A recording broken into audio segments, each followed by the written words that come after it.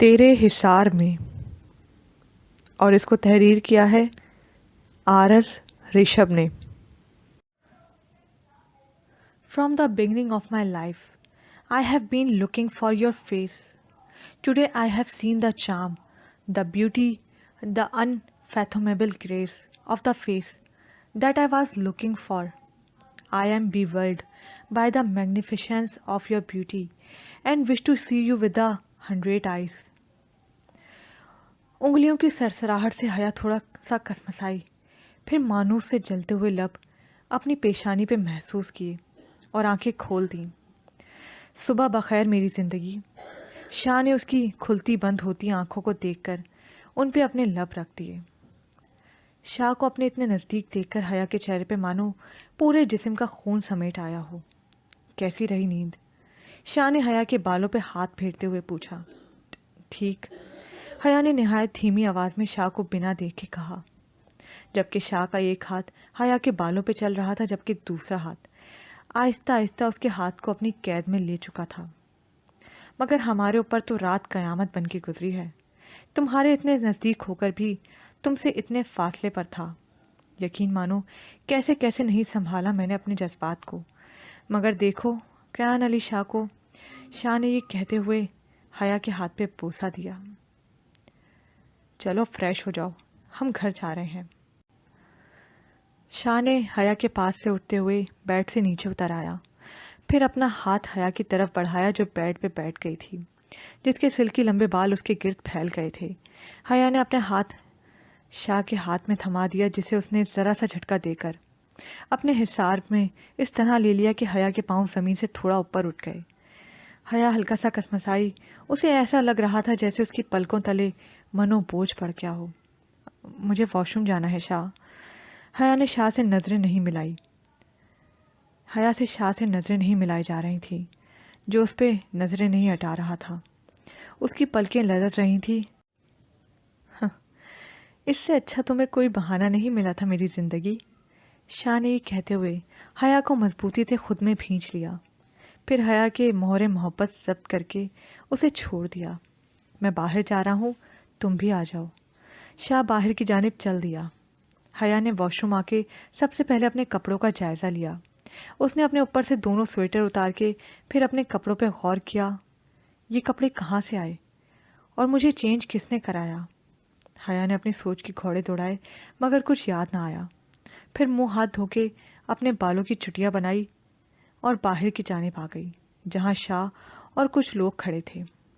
حیا کو ان میں سے کسی میں بھی شناسائی نہ دکھی تو شاہ کی طرف دیکھا، جو فون پہ کسی سے گفتگو کر رہا تھا۔ حیا کو باہر آتا دیکھ کر اس کی طرف اپنا ہاتھ بڑھایا۔ آپ کی مرضی ہے پرائم منسٹر صاحب، آپ سب کچھ کر سکتے ہیں۔ مجھے صرف سردار چاہیے، اگر آپ نہیں دیں گے تو ڈھونڈ تو میں خود بھی لوں گا، مگر میں آپ کی پارٹی کے لیے جو فنڈنگ کرتا ہوں وہ بند کر دوں گا۔ آگے آپ کی مرضی۔ شاہ نے سخت لہجے میں بات کرتے ہوئے حیا کا ہاتھ اپنے ہاتھ میں تھامے اسے انٹی کے برابر میں بٹھا دیا۔ کیسی طبیعت ہے بیٹا آپ کی؟ انٹی کے برابر میں بیٹھے انکل نے حیا کو مخاطب کیا۔ جی ٹھیک ہے، حیا نے انکل کو دیکھ کر کہا۔ پتر میں تیرے لیے ناشتہ لے کے آئی، تجھے ایتھے بیٹھو آرام نال۔ بیٹے میں آپ کے لیے ناشتہ لے کر آئی۔ نہیں انٹی، بس اب ہم جائیں گے، اب گھر جا کے کریں گے۔ آپ کا بہت شکریہ، آپ نے ہماری اتنی مدد کی۔ شاہ نے انکل کو مخاطب کیا۔ آپ کا بہت شکریہ انکل، میں فون کروں گا آپ کو، ہمارا یہاں سے نکلنا ضروری ہے ورنہ میں ضرور رکتا۔ شاہ نے انکل سے بغل گیر ہوتے ہوئے کہا۔ اوکے اماں جی۔ شاہ نے ان کے آگے سر جھکایا جس پر انہوں نے ہاتھ رکھا، پھر حیا کو دونوں نے سر پہ پیار دیا۔ پھر شاہ حیا کا ہاتھ تھامے ان کے گھر سے باہر نکل آیا۔ شاہ اور حیا کے دونوں اطراف گارڈ جا رہے تھے۔ وہ لوگ ہیلی کاپٹر کی طرف چل کے جا رہے تھے۔ جب ہیلی کاپٹر کے بالکل قریب آ گئے تو اچانک ندی کے اس پار سے فائر کی آواز آئی۔ شاہ یا اس کے چوکنے گارڈ کچھ سمجھتے حیا نیچے زمین پہ لہرات کے گرتی۔ شاہ نے اسے اپنے حصار میں لے لیا۔ شاہ حیا کو اٹھاتا اس سے پہلے ایک اور ندی کے اس پار سے گھنے جنگل میں سے فائر ہوا۔ اب کی بار گولی شاہ کے کندھے پہ لگی۔ شاہ کے گارڈ نے اندھا دھند ندی کے اس پار فائرنگ شروع کر دی۔ کچھ گارڈ شاہ اور حیا کو کور کر رہے تھے۔ شاہ نے حیا کی طرف دیکھا جس کے بازو سے خون نکل رہا تھا۔ شاہ نے اپنے اندر پوری ہمت مجتمع کرتے ہوئے حیا کو اٹھایا اور ہیلی کاپٹر کی سیٹ پہ ڈالا، پھر اسے سیٹ بیلٹ لگائی اور خود بھی ساتھ بیٹھ گیا۔ عاصم، حیا کو کوئی آدمی ہاتھ نہ لگائے، مجھے اسٹاف فیمیل چاہیے، شاہ نے غنودگی میں ہوتے ہوئے عاصم کو کہا، پھر عاصم سے پانی مانگا۔ ہیلی کاپٹر نے اپنی اڑان بھر لی اور تیزی سے اپنی منزل کی جانب گامزن ہو گیا۔ سر پانی۔ شاہ نے پانی اپنے سر پہ ڈالا، پھر اپنے کندھے کو دیکھا جو خون سے بھر رہا تھا، مگر شاہ نے اپنے اعصاب کو قابو میں رکھا۔ وہ ہر حالت میں اسپتال تک ہوش میں رہنا چاہتا تھا۔ اسپتال پہنچنے تک شاہ اپنے ہوش و حواس سے بیگانہ ہو چکا تھا۔ اسپتال پہنچنے سے پہلے عاصم نے شاہ کے اپنے اسپتال میں کال کر کے سب کو الرٹ کر دیا تھا۔ شاہ اور حیا کو میڈیکل اسٹاف جو کہ پہلے سے تیار تھے، ان دونوں کو آپریشن تھیٹر میں لے گئے۔ عاصم جو مضطرب سی حالت میں تھیٹر کے باہر چکر لگا رہا تھا، کچھ دیر بعد ڈاکٹرز کے باہر آنے پر ان کی طرف لپکا۔ یس ڈاکٹر، سر اور میم کیسے ہیں؟ وہ ماشاءاللہ سے ٹھیک ہیں، گھبرانے کی ضرورت نہیں۔ سر اور میم کو گولیاں چھو کے گزری ہیں، زخم گہرے ہونے کی وجہ سے بلیڈنگ زیادہ ہوئی ہے، ہم نے بینڈیج کر دی ہے۔ سر کے مقابلے میں میم کو زیادہ سٹیچز آئے ہیں، باقی پریشان ہونے کی کوئی بات نہیں، جیسے ہی ڈرپس ختم ہوں گی تو آپ انہیں گھر لے جا سکتے ہیں۔ شکریہ ڈاکٹر، عاصم نے ڈاکٹر کو سر ہلا کے کہا، پھر گارڈز کی دونوں کے کمرے میں باہر ڈیوٹی لگا دی۔ خود آفس کی طرف بڑھ گیا اور خود کو آنے والے وقت کے لیے تیار کرنے لگا۔ حیا، حیا۔ شاہ کو ہوش آنا شروع ہو گیا تھا۔ شاہ نے آہستہ سے آنکھیں کھولیں تو اس نے چھت پہ چلتے ہوئے پنکھے کو دیکھا۔ کچھ دیر اسے دیکھتے رہنے کے بعد شاہ کے اعصاب نے ایک دم سے کام کرنا شروع کیا۔ اس نے اپنی چادر ایک دم سے ہٹانا چاہی تو دائیں کندھے میں شدید تکلیف اٹھی۔ شاہ نے اپنے کندھے کی جانب دیکھا جہاں بینڈیج لگی ہوئی تھی۔ اس کے جسم پہ کسی بھی قسم کی قمیض یا گاؤن ندات تھا۔ اس نے اپنے بائیں جانب دیکھا تو اس کی زندگی اس کے نزدیک ہی بیڈ پہ آسمانی رنگ کے اسپتال کے گاؤں میں لیٹی ہوئی تھی۔ شاہ نے آہستہ آہستہ اپنے قدم اپنی زندگی کی جانب بڑھانے لگا، جس کو دیکھ کر اس کی سانسوں کی رفتار بڑھتی جا رہی تھی۔ اس نے اسے سر سے پاؤں تک دیکھا، مگر چادر سے ڈھکا ہونے کی وجہ سے اسے کچھ ایسا نظر نہیں آیا۔ شاہ نے ایک جھٹکے سے حیا کی چادر سرکائی، پھر اس کے پیروں کے پاس سے گاؤن اوپر کیا تو پنڈلی سے تھوڑا اوپر حیا کے بینڈیج لگا تھا۔ شاہ نے غصے سے اپنے ہاتھوں کی مٹھیوں کو بھینچ لیا۔ سردار، تجھے دنیا کی کوئی طاقت مجھ سے نہیں بچا سکتی اب، شاہ نے اپنے لبوں کو بھینچتے غصے سے سوچا۔ پھر روم بیل بجائی۔ کچھ ہی لمحوں میں نرس اندر داخل ہوئی۔ یس سر، ڈاکٹر کو بلاؤ، شاہ نے بنا اس کی طرف پلٹے کہا۔ نرس واپس پلٹ گئی۔ یس سر، اب کیسا محسوس کر رہے ہیں آپ؟ ڈاکٹر پہلے یہ بتائیں حیا کی کنڈیشن۔ شاہ نے حیا کی طرف دیکھتے ہوئے کہا، سر ان کو گولی چھو کے گزری ہے، ان کے اسٹیچز آئے ہیں تھوڑے زیادہ، ڈرپ ختم ہو چکی ہے، میں ابھی ان کا چیک اپ کر کے گئی تھی، یہ بالکل ٹھیک ہیں۔ تو پھر یہ ہوش میں کیوں نہیں آئی؟ شاہ نے حیا کی طرف قدم بڑھائے۔ سر کچھ لوگوں کے اعصاب کمزور ہوتے ہیں، آ جائیں گی ہوش میں تھوڑی دیر میں۔ ٹھیک ہے۔ ڈاکٹر جلدی سے کمرے سے باہر نکلی اور ریسٹ روم کی طرف بڑھ گئیں۔ ڈاکٹر صدف، آپ کو کیا ہوا ہے؟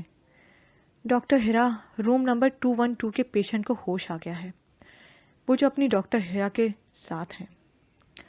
یار، ہاں یار، وہ تو اتنا ہینڈسم اور ہاٹ ہے کہ میں تمہیں کیا بتاؤں۔ اس کی آنکھیں مجھ سے تو نظریں ہی نہیں ملائی جا رہی تھی۔ یہ نہیں کہ میں خوبصورت مرد نہیں دیکھتی، ہم تو صبح شام دیکھتی ہیں، پر جیسا یہ بندہ ہے نا، بس یہاں لگ گیا ہے۔ اس نے اپنے دل کی طرف اشارہ کیا۔ اپنی حیا تو بہت خوش قسمت ہے یار۔ ٹھیک کہہ رہی ہو، تھوڑی دیر تک چلیں گے، پھر میں بھی دیکھ کر آؤں گی۔ شاہ نے اپنے قدم حیا کی طرف بڑھائے جو بے سود بیڈ پہ پڑی تھی۔ شاہ آہستہ آہستہ قدم بڑھاتا حیا کے دائیں جانب آیا اور اس کے پاس دراز ہو گیا۔ کروٹ کے بل پھر اس کا ہاتھ اپنے بائیں ہاتھ سے تھام لیا اور حیا کے نزدیک اپنا سحر سرگوشی میں پھونکنے لگا۔ The hardest thing for me is to see you lying in the hospital's bed. I'm feeling so lonely without you. Wake up, my girl. میرے لیے سب سے مشکل بات یہ ہے کہ تم کو اسپتال کے بستر پہ پڑا دیکھ کر اتنی تنہائی کا احساس ہو رہا ہے تمہارے بغیر۔ جلدی سے بیدار ہو جاؤ۔ یہ کہہ کے شاہ نے حیا کے ماتھے پہ مہر محبت ضبط کی اور باہر کی جانب بڑھ گیا۔